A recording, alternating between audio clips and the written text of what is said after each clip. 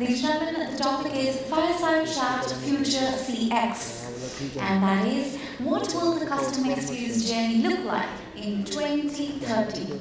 We have here with us our moderator, Mr. Sandeep Prakash, Country Manager, India, MOBtexting. Let's have a huge round of applause for him, please. Joining him, we have the panelists with us, Mr. Anubhav Mehrotra, Vice President, Human Resources and Customer Experience, Tata 1MG, Mr. Ankit Goenka, Head Customer Experience, Bajaj Allianz General Insurance Company Limited, Mr. Shridhar and Upadhye, General Manager, Customer Experience, HomeLane, Mr. Arpanarghya, Saha, Chief Digital Officer, Nippon India Mutual Fund, Mr. Puneet, Malaviya, Head Marketing, Ethics by Raymond, Mr. Biswajit, Dutta, Head Loyalty and CRM, Metro Brands Limited, Mr. Fasih, Abbas M, Senior Director and Head Customer Success, Cash Street, and Mr. Ghosh, Head Customer Support, Tata Autocom, GY Batteries Private Limited.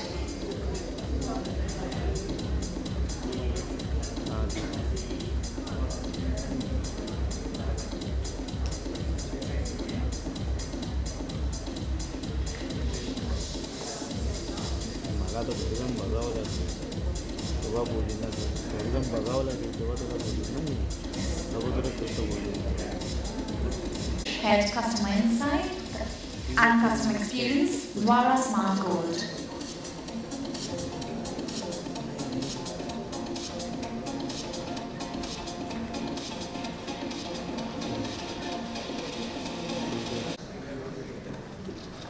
Are you ready to invite? Okay.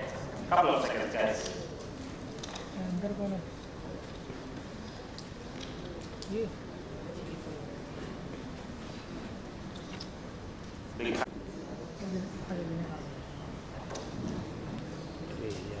Okay. Maybe I'll start while Anubhav gets fired up. Is that okay, Anubhav? With your permission? Okay, alright. Good evening, everyone. How's been the day? How's been the day, guys? I know the energy levels dipped through the evening, but you've got to keep it up. I think Harish has promised a glittering award ceremony as well after this. Yeah, to kind of be the one between all the panels and the glitter and glamour that is going to follow. Bear with us while we have, if there's anything, Aditi, Harish, and the entire company as a team, this is a manual almost, okay? Maybe next time around, I'm going to request that we have some gender diversity on this panel as well. But nevertheless, I'm going to start repeating the title in as slowly as I can, only for this particular line. What will the customer experience journey look like in 2030, right? We're just coming off a radical shift, right? Last 3 years with the COVID, and even if you add the demonetization and things coming off it, you know, in terms of digital transformation that it forced, it's a radical change, okay? And now we're going to look into a crystal ball and speak aloud, and that's what we'll try to do. I mean, I'm a moderator, so I'm not the, in-house experts. These guys are, okay? So we're going to look into the crystal ball and speak aloud what we see there. I'll begin with a quote on customer experience. One of my favorite authors, an ex-customer growth evangelist, chief customer growth evangelist at Salesforce, Tiffany Boa, mentioned that customer experience is the last but the most important source for sustainable differentiation for brands. Okay?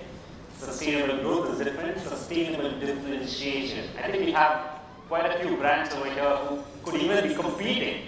How can customer experience be the source for differentiation, or the mode as we call nowadays, right? And as we look up into the next 6-7 years of the journey.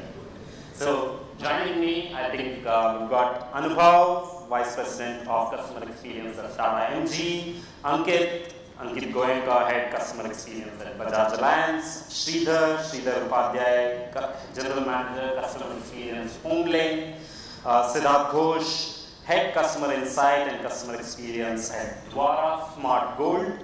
Mr. Saha, Chief Digital Officer at Nippon, India. I've got on my left Puneet, Mr. Puneet Malaviya, Head Marketing Ethnix by Raymond.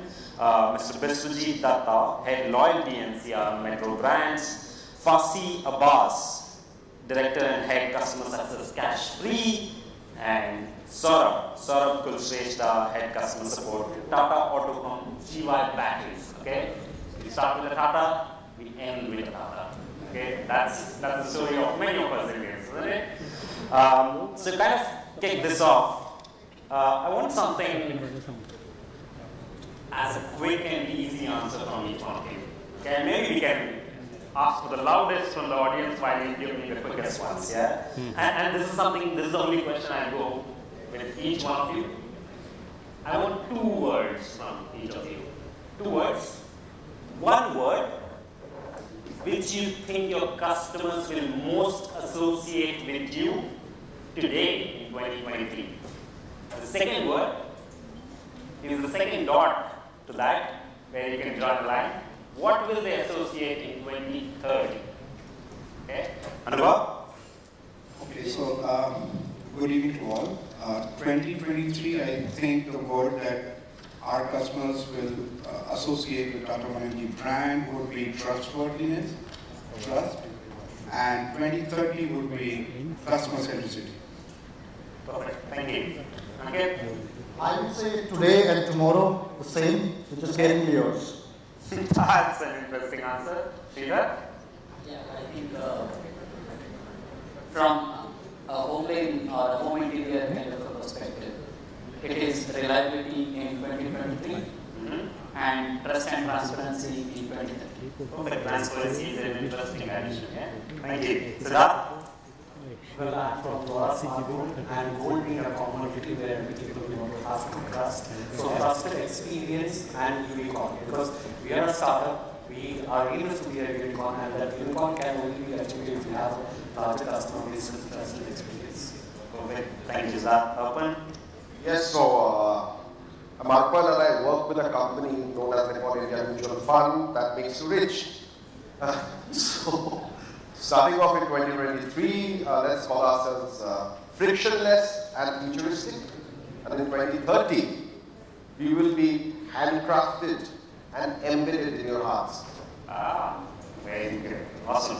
Puneet, you have your 2 words? What to say? It's quality.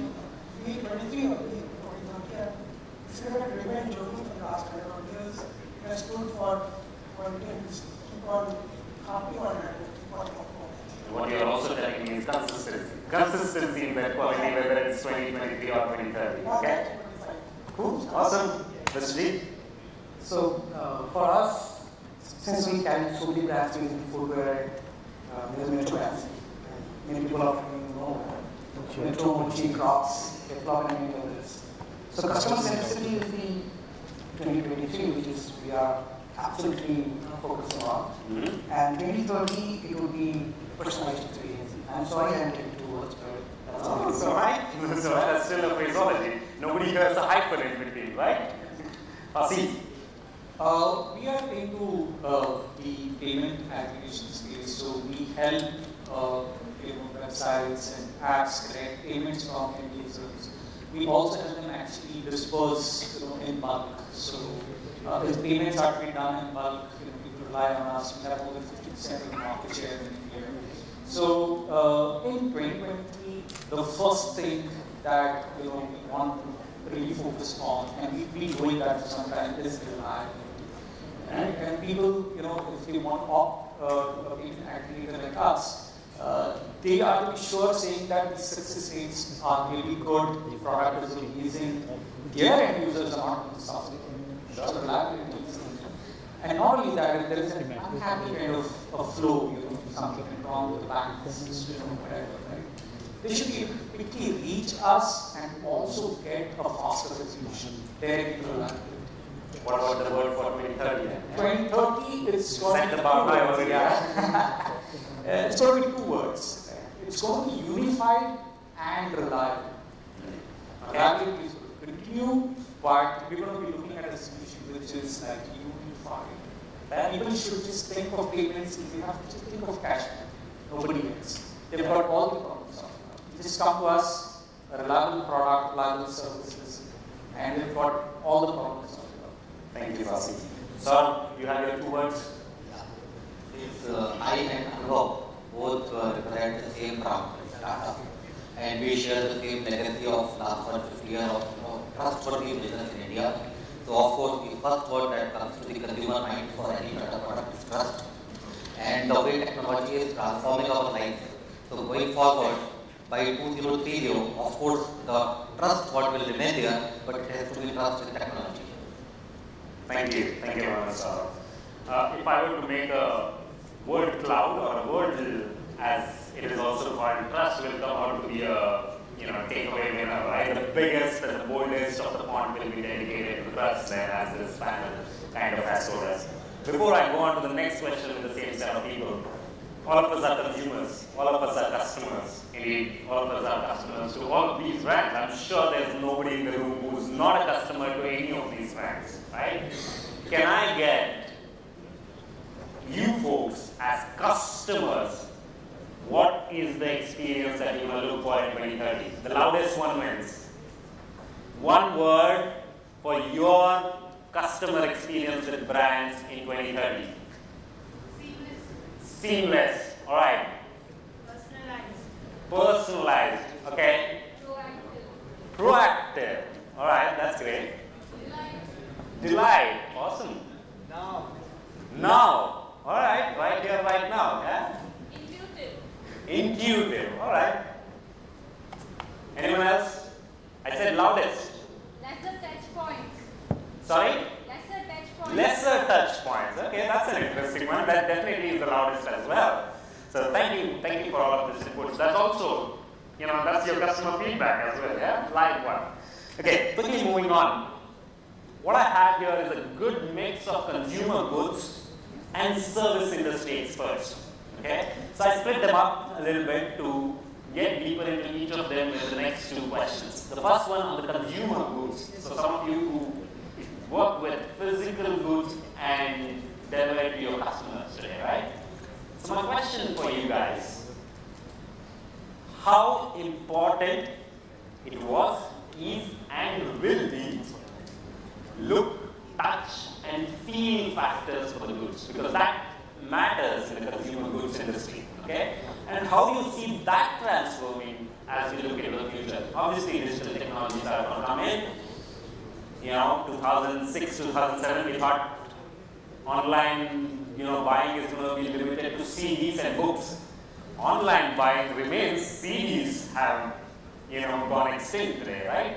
We today are buying cars, buying gold. I mean, we have here, somebody representing that. So where do you see customer look, touch, feel going from here? So this is individually for the guys of you who are experts in consumer goods. Starting from Anubhav, you have an opinion? Hey, great question. I think, first of all, human interaction will remain relevant. But what would we witness is that all of this buying decision will now be forced or would be moved to which will be powered by augmented reality. The buying decisions would be made in the living rooms. The comfort of the consumer will be buying more important. And these buying decisions would be supported by voice technology, wherein the consumer can give command to CDs and Alexas of the world in their regional language. Virtual and augmented reality will be supported with voice technology. Faster deliveries will be the norm today, supported with drone. And last but not the least, all of these 3 technologies will be supported or bounded together with hyper-personalization, wherein brands will preempt the customer needs, proactively solve them for the customer even before the customer raises his hand. You already picked up on the proactive, yeah? glad to see that. Shridhar, I'm sure you have an opinion on that. You fall into a niche category there with HomeLane. So, when we talk about interior designs for home, a lot of our customers in the initial stage reaches out through digital mediums, explorers online through digital marketing or through our website, trying to look at what kind of designs we deal with, how we design our homes and things like that. But as we call it as touch and feel, right, as Sandeep was already saying, I would like to relate it to emotional buying, right? There is the very distinct way of buying. When you want to buy something for your home, let's say if it is a small electronic good, let's say you want to buy a camera or a watch or something, you may want to see it on Amazon or any of the e-commerce websites and want to buy it. But the same thing, you want to buy it for your home when you are doing the interior design. You want to buy a wallpaper, or you want to buy a kitchen cabinet, or you want to finalize a laminate. Then again, for the human values and emotional buying comes in place. So, though we start with a digital medium as an introduction to the customer, but our customers largely depends on touch and feel. So, final decision, they come to the showroom, they touch, look, feel the solutions, and then make a decision. So, I think it is going to be relevant even after 10 years or 20 years. It is going to be there. Yeah, it's connected back to emotions. Now you can be more emotional than the home. Yeah. Kind of build and set up for yourself, right? So thank you. Puneet, I think you are in the center of this. Ethnix, Raymond, how can you not have touch, look and feel? Okay, tell me. I don't think touch and feel is going anywhere. While we can talk about what happened in the last 2 years. Yeah. The fact is that today, the only thing that has changed is that discovery happens from the online. Yes. So customers go online, looks at what is available, might be narrows down some brands and some things. But ultimately, she will come to the store, he will come to the store. Yeah. And the more the customers want emotionally, the more the chance the customer will go to the store. So let's say you have to buy your brand, you will definitely not go online and buy. Yeah. So the more is the involvement of the family, of all of these things coming together. Customer will and understand. Or big day coming, let's say, on marriage or something coming. Still, at least in our category, we know that customers want to wear the product. This fitting, what are the nuances, does it, fall properly? And those things you will, no matter how much tech will come in, that you will not be as much. Because customers keep on coming in, as I said, it's not about the pricing. People are buying iPhones as well. They know what the product is. There's no discovery left on the store. You can just go and know what the specs are and buy. But for this category, and even for jewelry, I think, while gold is bought online or digital gold is bought online, these products will keep on putting the customer back to the store. That's a fair point. And when you started to, I'm sure this week can take it ahead, what do you see things evolving there? I mean, sizing, fitting, personalization there. I know from shoe perspective, each one has their own feet, size, shape, and forms. How do you see that happening with a brand like yourself? Yeah. So I agree with all the panelists in terms of that touch and go will not go anywhere. Yeah? Maybe there were a pandemic which hit all the businesses. Digital disruptions has happened. People got into that scheme of digitization. There are some respective businesses. But persuasion, the touch and feel will definitely be there. And the important part for the audience today, I just wanted to share something that at Metro Brands, we carry so many brands, 7 or brands, institutional brands or in-house brands. I would like to share a framework briefly what we actually follow inside our organization, which remains 2023, as well as which will remain relevant in the 2030 or in 2060. So the philosophy we devised internally is called Metro itself. So first thing that we follow is the maximizing profitable experience. You see, everybody's talking about experiences, but which one experience that you want to focus? It has to be profitable experiences. If it is, this experience is not profitable to you, there is no point of investing money into it. So that's why we call it as it starts with M, which is maximizing profitable experience. Then we call it as an E, which is ESG. So everybody knows ESG. Every business has now need to have that responsible behavior towards the environment, social, and governance. So that's why kept that also part of our overall experience framework. Then we talk about the technology. The technology late, we don't talk about the technology late. We don't get to lead by technology. We talk about technology driven. So technology driven personalization is the next thing where everything comes. AI, I will say ChatGPT, but AI and all, ML and everything will come there. And then the final is the most interesting part that we at Metro are very, considered always is all about the R part of it, which is rehumanizing.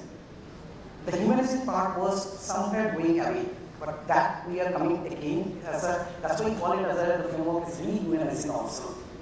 And then finally, the O part of it, which we actually talk about the omnipresence, not about omni-channel. So much of omni-channel everybody has heard about, but now we started talking about omnipresence. Why omnipresence? Because the technology will go away. For example, tomorrow the metaverse, many people have heard about it and maybe experienced also. The moment you talk about the metaverse and then your POS and then e-commerce, if you see yourself, it is not about omni-channel, it is about omnipresence. It means the customer is present in the online, within the metaverse, which is a parallel universe, something like that. That's why we created that framework of Metro as an experience, and we are very much confident that it will remain same in 2060 also. That's how I would like to explain. Thank you. That's tall goals, but yeah, I'm sure possible. Saurabh, how can you sum that up very quickly? Well, so we are basically into batteries. Now, battery is a product which, when we talk about, the touch, feel, look, all these parameters, so despite being a product, nobody would like to look at the battery. Nobody would like to touch it for sure. And nobody even knows, what is inside the product till the time it gives you a problem. And unlike other products, this is a product where the sale does not increase with the festival season, and it is not dependent on the economy also, whether the economy is going up or going down. And if you get good salary, good incentive, you are not going to buy another set of battery for sure. So having said so, basically if I look at how the technology is advancing and how the trends are going to be by 2030. So most of the things are actually not very much relevant to this particular set of product. If I talk about augmented reality, nobody would like to understand, digitally how the car is going to look like after I purchase this battery or that battery. Similarly, virtual reality is also not applicable to us. If I talk about the faster drone delivery, the cost of the delivery will be more than the cost of the product. So what is that which is left out for us for the differentiation? So that is basically taking a view is proactive approach and convenience for the customer. Now how the convenience can be built into this product. And when I say product, basically battery is not only a product, it's a service also. It's a hybrid between product and service. So for that, the first and the foremost thing is that, may I know when my battery may give me a trouble. So that is where, we can think about using basic IoT principles. Just, I'll not go much into the technology, but the battery is designed for certain charge-discharge cycles. Say for example, if it is designed for 100 cycles, and we know that each time we start the engine, there is a one charge-discharge cycle happens. So with simple IoT-based sensors, we can understand if the battery design life is say 1000 cycles, so far it has consumed say 700 cycles, and this 700 cycle has taken so many days based on the driving pattern of the customer. So the probable failure period would be, the probable leftover period of the life would be approximately say 6 months or 7 months. So after 5 months, we can proactively go to that customer, we can talk to him, we can customize the offer. By doing that, we are not only avoiding the probable inconvenience for him, because battery failure is also related to safety, particularly when somebody is traveling with a family at odd hours. And by doing that, we are also trying to convert that customer before he has a liberty to go to competition also. And third, that IoT-based data can also be given back to the R&D for further improvement in the product lifecycle and design. So this is one thing which I foresee going towards 2030 should be in the mind of the battery manufacturer. Thank you. Thank you very much, sir. Indeed, what you made, a good point about battery being a product and a service. It's a good segue for me to move into the service areas, right? And you also spoke about the post-sales experience. What will happen when things go right, things go wrong, etc., which becomes even more important in a service industry, right? Because the buy is just the start of the journey. Why? It is literally customer experience. It's not yet a customer if he hasn't bought from you. He's a prospect, or he or she is a prospect here, right? So you're marketing to a prospect. So that's a prospect or a possible buyer experience. What about the customer experience where in cases like some of you sell insurance, there is a longevity to that service, that customer experience truly, whether it is considered needed or not needed, becomes important, but enterprise is always primed to spend resources and bandwidth more on customer acquisition rather than customer experience and retention. How do you strike that balance? How do you see that going forward? Because at the end of the day, in software industries and some of the niche sectors, you're going to come closer to where acquisition rates are going to go down, retention will have to be focused higher, so experience will have to turn around. So, Ankit, starting with you, can you talk to us the balance between pre and post sales customer experience that needs to be managed? See, frankly, the way I look at it, I don't think there is a right or wrong answer here. Okay? Both are important. If you don't acquire a customer, who will you service? Right? So you need to invest in both. And if you don't service, you just keep on acquiring, right? The retention obviously will not be there. Right? So, and the other piece is that, what I've seen, people struggle in making CBAs, if I can use that word, right? That if there is a customer experience initiative and you're going to be struggling to make a CBA to show to your CFO and CEO. According to me, you can build a CBA to anything, right? It's just the way you look at it. Okay? Now, to give you an example on an insurance company, right? Now, somebody who's buying an insurance, you don't get any product, right? It's a mere piece of paper. Yes, it has a validity, it's a contract, and that piece of paper also is now digital, right? So you literally don't get anything, right, from a product standpoint. So what is critical in insurance? It's the claim. And obviously, you don't expect everyone to claim, right? Because, for example, health insurance, right? You don't want people to, fall sick and go to hospital and all those stuff. But times are changing. We are coming up with sachet products where we want our customers to claim. So, for example, at Bajaj, we recently launched a product called Health Plan Rider. It's a rider attached to your health policy where OPD gets covered. Now, you're not asking somebody to go and get hospitalized to get that claim experience, right? Because you want that customer to experience your service, right? And the service is only the claim, right? So you get this product where if you are consulting a doctor, if you're getting your annual health checkups done, those are covered in this, right? So you experience that, somebody said seamless, right? So you experience that seamless, experience through the app, right? And you can consult your doctor, through a video call, through a chat. If you want to visit physically, that is also covered. So it's more of that, for an insurance company, while some of you may not agree to it, but we want to pay claims. Because we want our customers to experience that claims journey, right? Because without doing that, you can't, we'll say that, hey, because there will be a lot of people who have not experienced claims and they say, come on, I've spent so much of lakhs of rupees for the last 3 years, 4 years, and what is the experience? There is no experience, right? Literally, right? Because in the bargain of experience, typically people say, I'm going to wish you happy birthday, I'm going to wish you some, Diwali and all those stuff. That's not the experience, right? The real experience is when your consumer is experiencing your product, right? So in a service industry, That's where you need to strike that balance. Now, if you are able to strike that balance, you will get those investments. Interesting, from a factor of wanting the claim experience to be provided to the customers. Yeah, very interesting spin on it, right? So moving on between Arpan and Ankit, who are the two insurance experts we've got. Yeah, we've got Siddhartha, who kind of has a physical asset related, but the service really provided is not really a physical asset in many ways. So Siddhartha, how do you see that?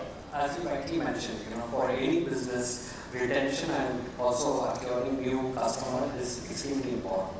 And with our platform, we have a unique mix of urban customers as well as rural customers. And surprising fact is a lot of our customers, majority of the customers are from the rural background. So they are also transforming to digital platforms.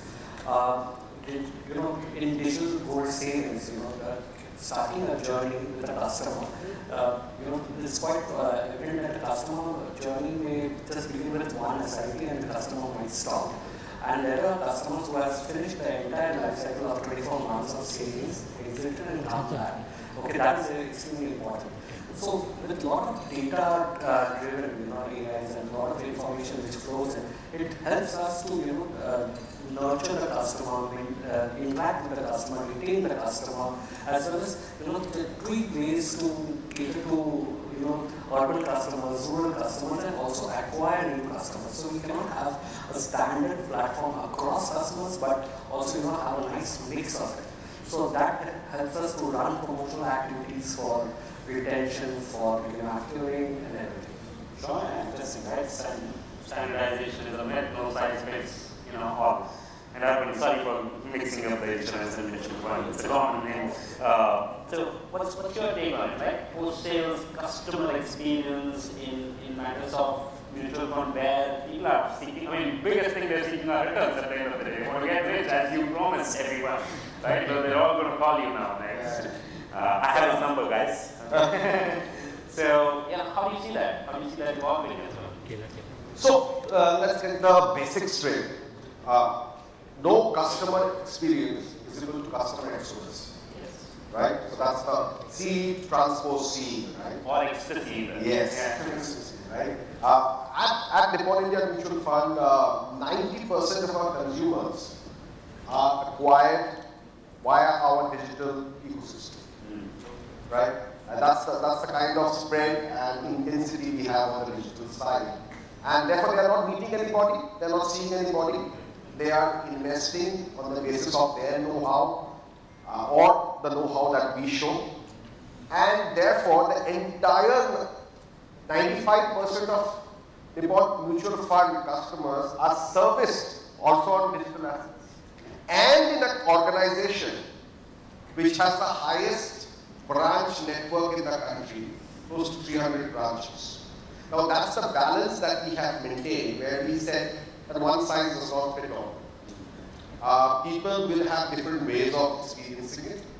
If I have to give you a quick example, all of you should look up at the chandelier, right?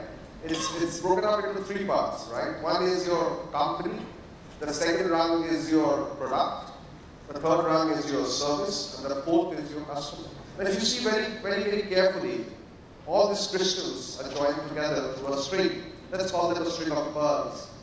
Yeah? So you sell your product, and your experience breaks, everything crashes down. So that's how experience has to be crystallized in the organizational eco-frame, be it digital, be it non-digital, be it the way you pick up your telephone and say hello. I think that's what, we shouldn't call it post-sales. I think we should call it a customer value life cycle which exists much beyond after you and I are gone. I think that's the crux. Interesting. I wish I could do a VR simulation of what you just described using the chandelier, yeah? But I'm sure nobody wants to sit there then. Moving to my left, Fasih is in an interesting intersection of not touching the consumer, but still impacting the consumer in many ways. How do you see this playing out in your world, Fasih? If the question is, how do we actually ensure that we do not burn too much money on services, but yet the organization wants to focus on acquiring more customers. Right? So I've been in the startup world for over 10 years now. And one thing that I've learned is that most startups actually go aggressively acquiring more and more customers, and they spend a lot of money. They run offers, they run referral programs, and all of that. And they really don't mind actually spending a lot of money on the CS unit as well in the initial phase. They just want to give a good service. Right? But let me make it very clear that every rupee saved is every rupee earned, a new rupee earned, right? And every customer that you save is a new customer that you earn. Organizations have started, I've been with Flipkart myself, and we've had that thinking that, hey, let's spend more and more money to run the business, growing the market rate and all that. But we realized that, we should just not acquire new customers, but we should actually retain the customers and look at organic growth coming from them. Right? So that focus should be there. And that is something that is already evolving for a period of time. So, you're just not spending acquiring, but you're actually seeing those customers who are already doing their shopping, but delivering a great product experience and also a customer services experience. Right? That is going to be. Spending money, on acquiring customers, yes, that's going to continue, and every organization does its marketing efforts and sales efforts and all of that. Me coming from an background, what we have done is, we have actually focused on how do we ensure that we deliver a great experience, but not spending too much money. Now, how does that happen? We've literally had a situation where on Flipkart, we used to get calls where customers used to call and ask, hey, how does this product work? Is this product reliable? What is it going to be on the installation side if I actually buy an AC?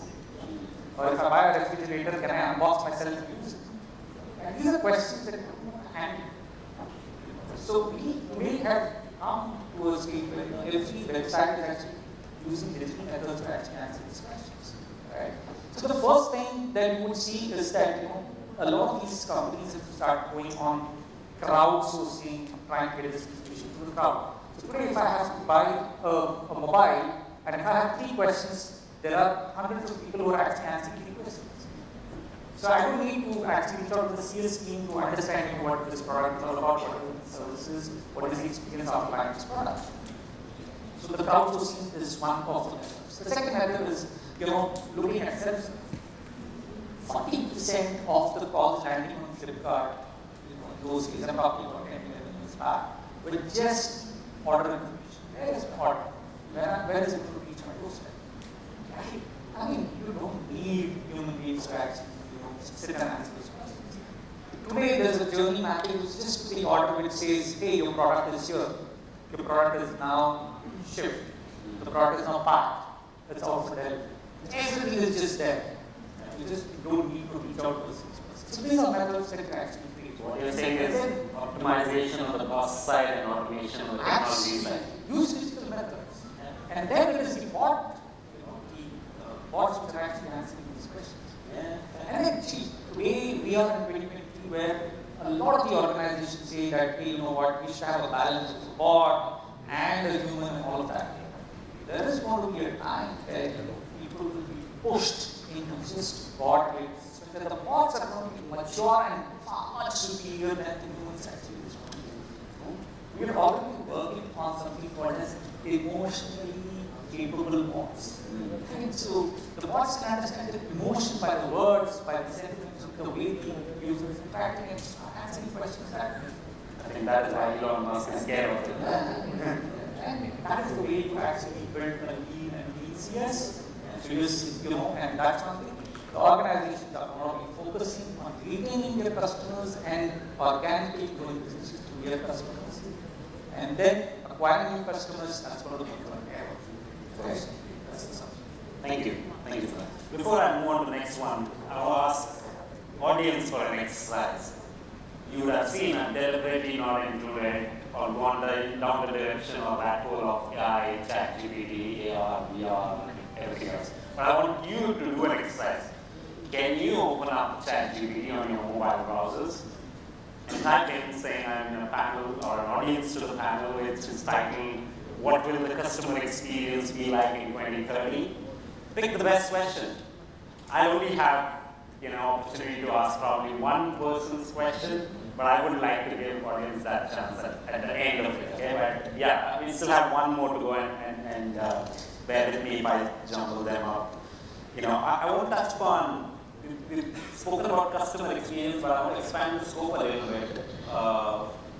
There are multiple stakeholders to each one of our businesses. There are vendors, partners, suppliers, users who might not be customers themselves, users different from customers, and many times employees as well. How do you see that evolving? Is it, we've proven already once about one size doesn't fit all, and would by default assume the same applies to there as well. But are there things you can leverage from customer experience evolutions to provide the same level of technological or solution evolution for other stakeholders in the business? Anubhav, I know you have some very experience there, very relevant, but do you want to take it in? Yeah, so I'll take that up. I've been fortunate enough to serve as HR leader for my organization. And I firmly believe that the journey to superlative customer experience will go through employee-first approach. And we at Tata MG are quite passionate about solving employee questions, employee queries through the same lens that we view our customer queries, customer concerns. We use the same metrics of first-time resolution, repeat percentage, how quickly, how accurately we have responded to employee grievances or employee concerns, and we do that very passionately, very rigorously. Coming on to your question about vendor partners, suppliers, all of those, so we at Tata MG today are solving this problem by one click, one view, one window. We want to make this experience as seamless, as simple as possible for, say, your partner onboarding, etc. So yes, while one size does not fit all, but we want to make these journeys and as seamless as possible. Thank you. Abbas, can I ask you to probably take that same question as well? Give me your view on, you work with multiple stakeholders, you just said digital as well as branches, so tell me your view on it.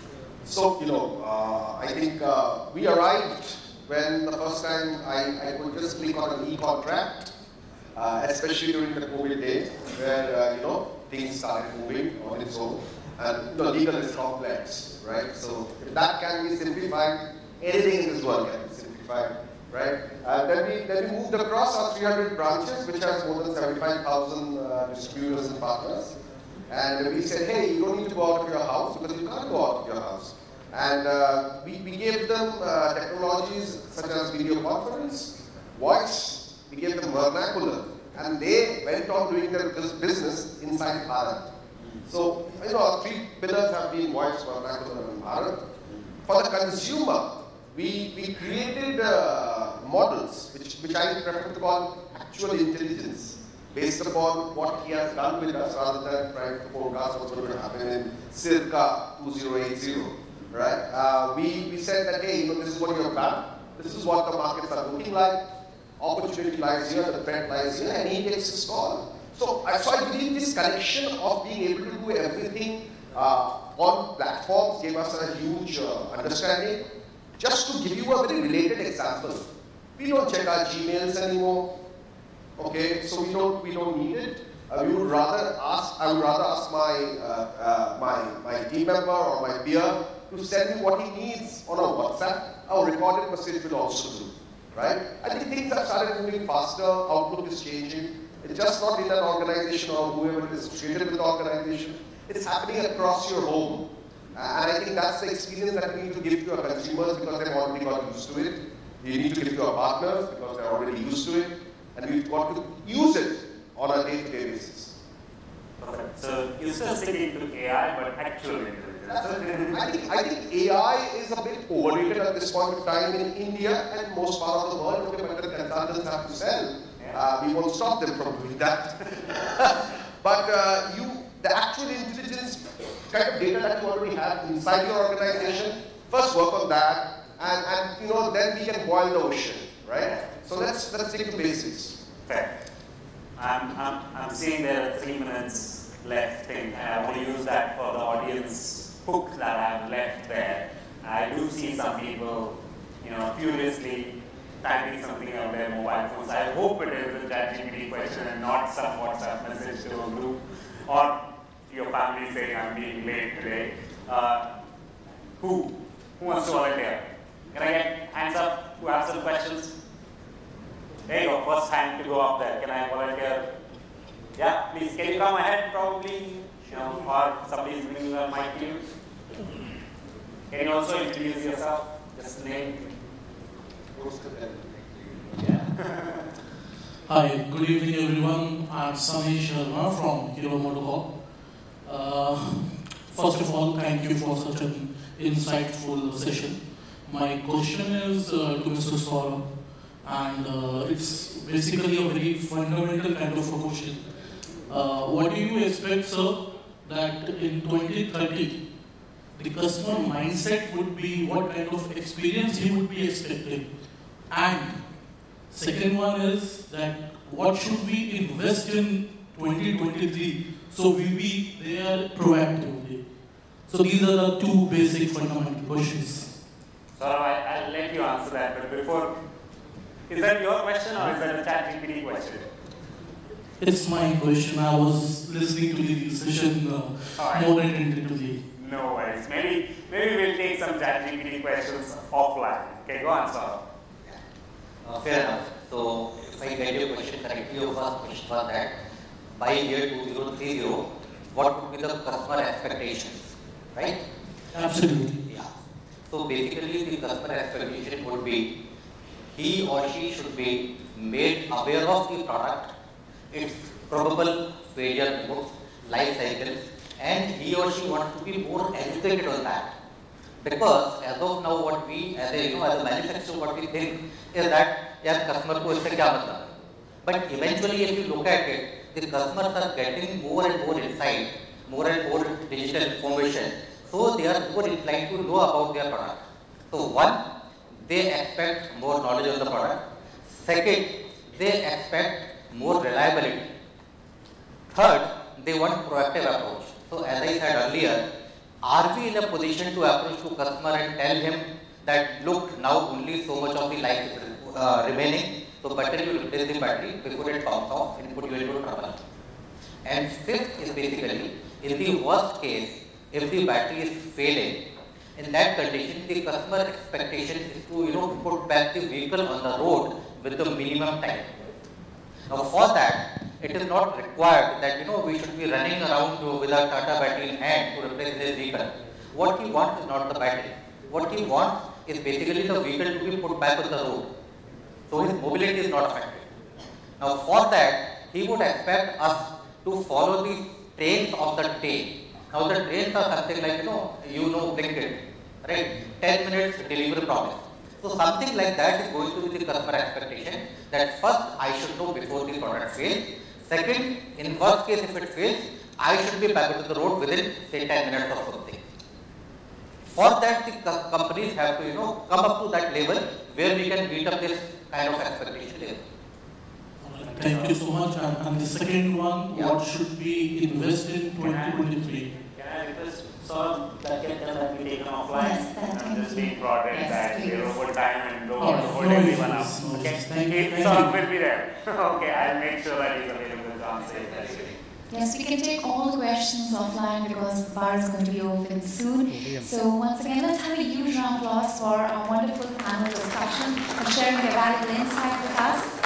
Thank you so much, and request to please present the token of appreciation. We, along with the goddess Lakshmi, we have a special, token of appreciation from MOBtexting to all the panelists as well. Request the moderator to please present token of appreciation to all the panelists. And ladies and gentlemen, also let me tell you that the bar is open. We request you to take your drinks, and we'll be having the award ceremony at 7 sharp.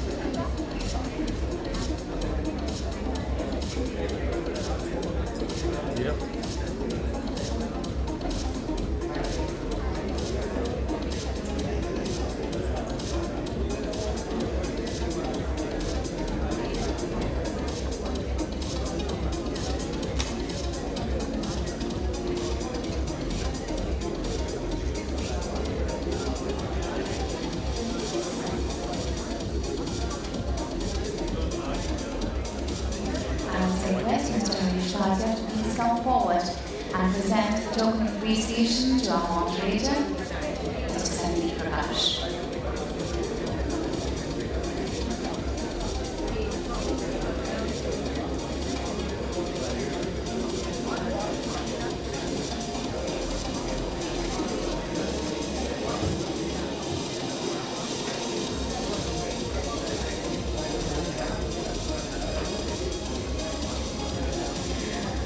With that, ladies and gentlemen, we're done with the panel discussion and the speeches, but the bar is open. We request you to get a drink and to also enjoy yourself. And at 7 p.m. sharp, we'll be coming back and starting with the awards. That is the Customer Fest Leadership Awards 2023, which is the 16th Grand Edition.